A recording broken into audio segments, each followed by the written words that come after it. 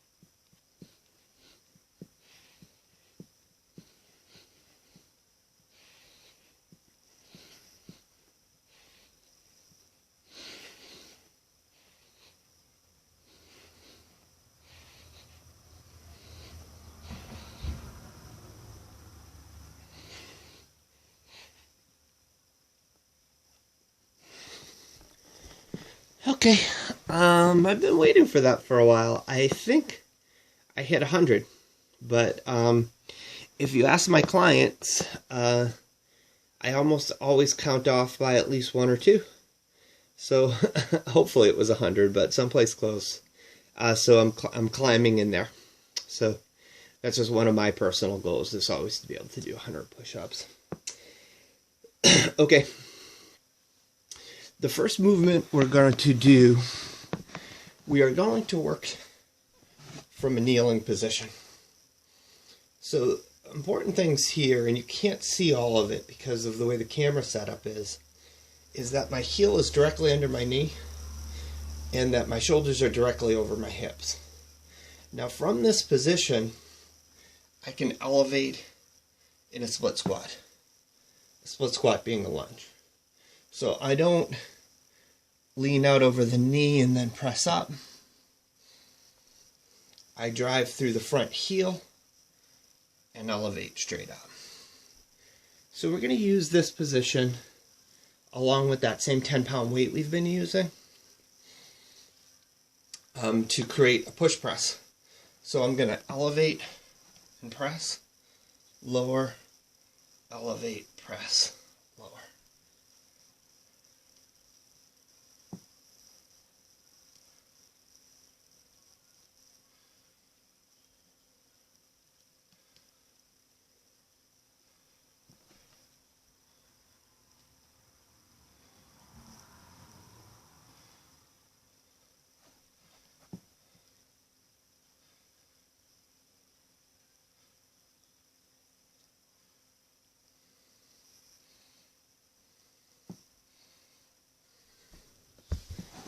So we did 15 there. We're going to match 15 on the other side. As you can see, in a split squat, you're in about a runner's length stride. So balance is always part of the motion as well. And depending on your dominant side, depending on what you're most comfortable with, most people have a little bit more trouble balancing on one side compared to the other. So same thing here, elbows out, chest is high, shoulders over hips, heels under the knee, driving up, lower.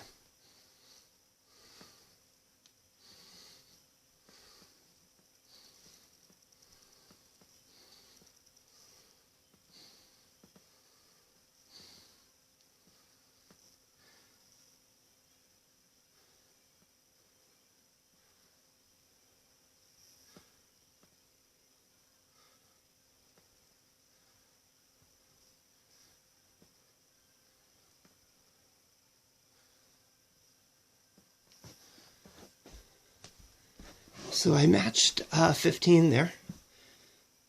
The next motion I'm going to move into, and I started right, left. As a general rule, I would start on your weaker side, and if you're working towards exhaustion, come to exhaustion on your weaker side and then match the dominant side. So if I can only do 13 repetitions or 14 repetitions on my weaker side, I would only do the same amount on the dominant side, and that's just one way of making sure that you don't increase dominance and that you balance out your strength. Excuse me. Needed a deep breath. Next motion is going to be a kettlebell swing. So a kettlebell swing, you can use a dumbbell. We're going to work from an open stance. I create a gentle squat. I sit into that partial squat. Keep posture. Drive out. Swing up overhead. The motion is primarily created through using my glutes, quadriceps, and hips to drive myself to an upright position, not through heaving the kettlebell up. So if you look at it from a different angle, I still have great posture even as I sit in, and then I drive through the heels to create my overhead swing. You can create this motion.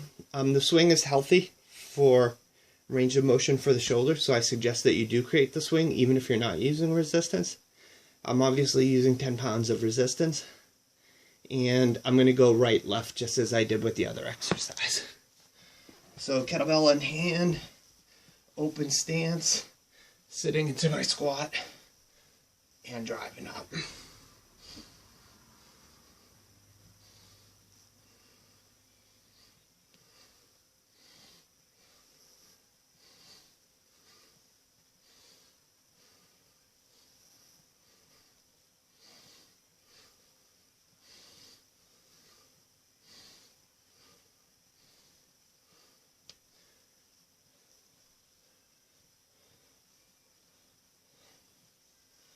Remember, the movement starts in the lower body. You shouldn't feel like you're starting the movement heaving the kettlebell forward.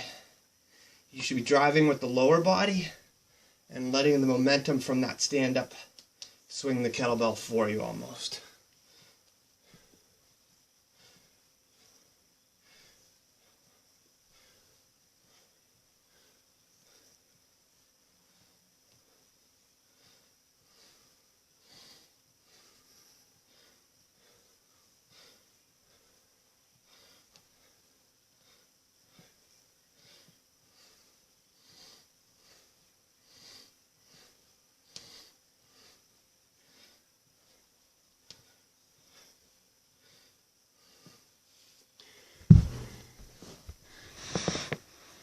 There's 20 repetitions there.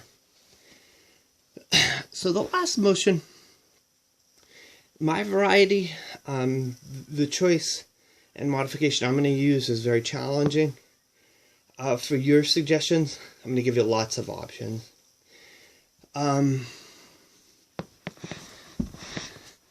If you've been following this series, you know that I'm plank crazy.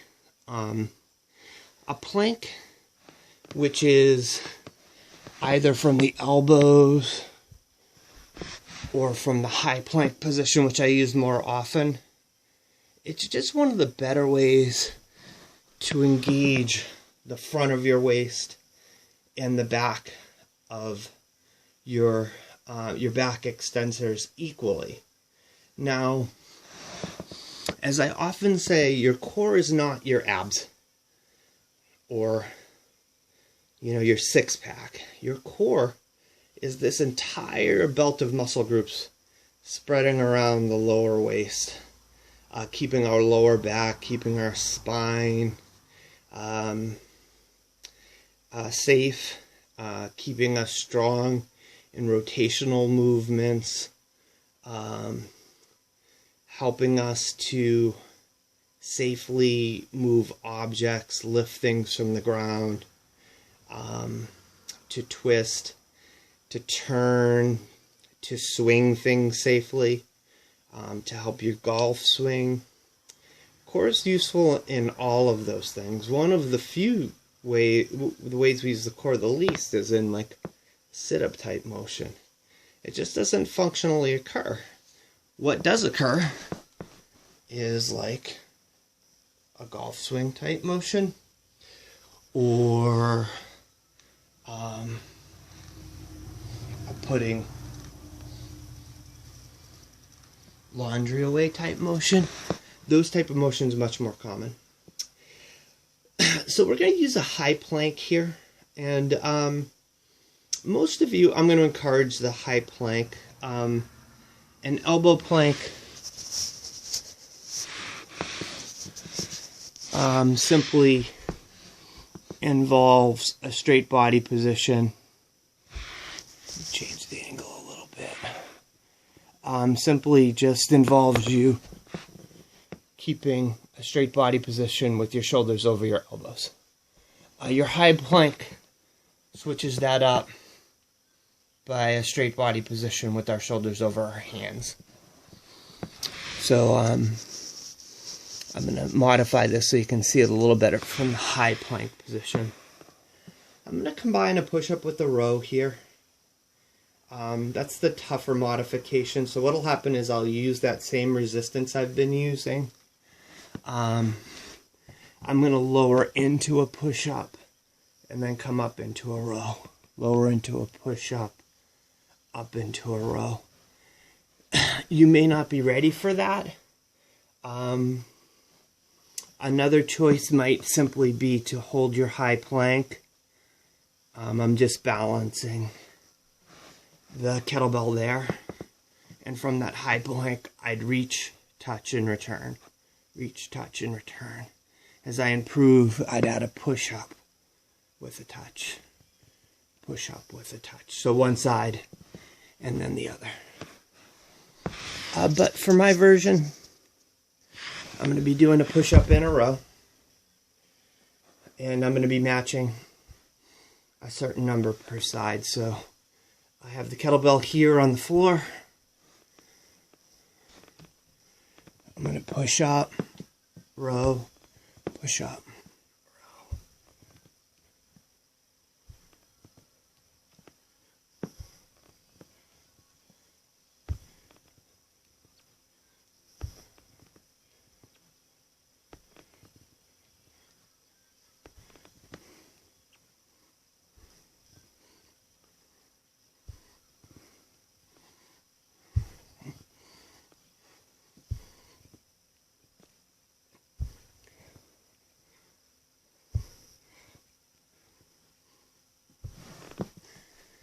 So 15.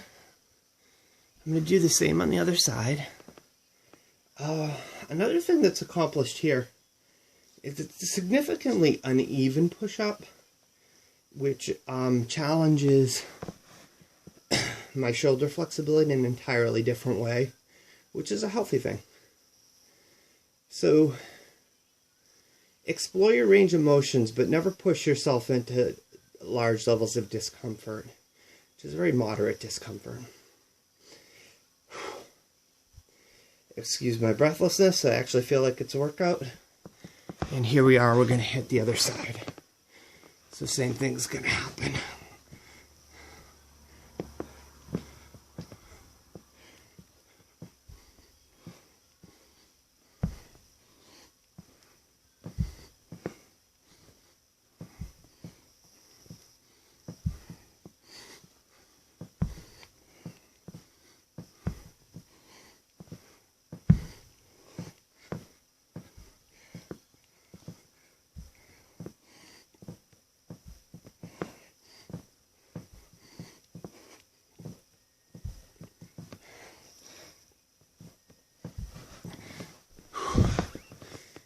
have to admit, I could barely sneak out the 15 on that side.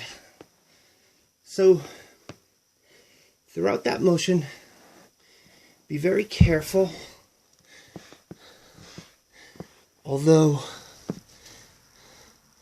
I am lifting one side, I'm not significantly turning my hip or raising my hip. I'm working as well as I can from a straight plank. So try not to get too out of position in order to add the row to the motion. So that's it. 3 exercises, multiple modifications on each of those exercises. If you're using this as your daily full body, be sure that it is going to take up 20 to 30 minutes of your day. I've been starting to climb that number up. As I've said, for those of you who are pursuing the daily exercise avenue, the good science and results science starts at about 20 minutes of moderate to heavy intensity. And the way I approach this is moderately high intensity. If you're in the moderate intensity or in the lower intensity, because that's what your body requires right now, you might want to make the duration a little bit longer if you can handle it. And if you're working on the higher intensity side, you probably can get away with the shorter side. The rule of thumb is, at its absolute highest levels of intensity, most athletes, even your pros, even your collegiate, even your Olympians, they work out uninterrupted at the highest intensity in about 40 to 50 minute clips, not much more than that. Of course, they periodize and they rest and they train several times daily, but in one clip you can only go a certain amount of time. So if you're using this as your daily workout ritual, repeat the circuit, or perhaps start mixing your circuits, but make this last at least 20 minutes for yourself, but hopefully 30 to 40 minutes would be terrific. Second thing is, if you're doing this first thing in the morning, or whatever time of day you're doing this, you need a post-workout meal. It should be high in protein. I'm going to suggest for females 20-25 grams of protein at the very, very least. And men, if you're like me, I'm about to ingest 50 grams of protein in my first meal of the day, and that isn't even my breakfast. So be sure to keep your protein high. You can afford a little bit of fruit here early in the day, where we have a whole day full of activity and exercise ahead of us, or activity ahead of us. So you can be a little higher glycemic in your carbs, but as the day tails off, your food energy should be tailing off as well. Now remember, I'm not a licensed nutritionist. This is general advice I'm giving. Principles that apply to almost everybody. But certainly, if you have specific needs, seek a professional for those needs. So a physician should be telling you that you're okay to exercise. And if you feel like you have issues with nutrition that require attention beyond that of broad and general, scientifically proven good advice, please seek out that professional as well. And as always, thank you for your support. Thank you for your time. Thank you for your hard work. Please comment and like on the video. Spread it out for those in need. It's a way of working out without having to belong to a health club, or if you don't like to work out in front of other people. It just shows you how simple it is. I literally could have accomplished this workout in a phone booth today and still maintain the level of fitness that I try to maintain at 48 years of age. So have a fantastic fitness day, and I will see you guys again soon. Love you. Bye.